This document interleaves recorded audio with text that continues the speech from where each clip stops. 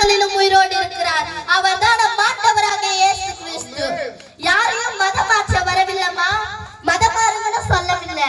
மனுஷனுடைய துக்கத்தை சந்தோஷமாக மாற்றுவதுக்கு தான் அவர் இந்த பூமிக்கே வந்தாரு. மனுஷனுடைய துக்கத்துக்கு பரிகாரம் எங்க இருக்கு நம்ம தேடி போறோம். ஆனா பரிகாரியாக நமக்கே அவர் அடிக்கப்பட்டாரு. நம்முடைய துக்கத்தை சந்தோஷமாக மாற்ற அவரால் தான் முடியும்.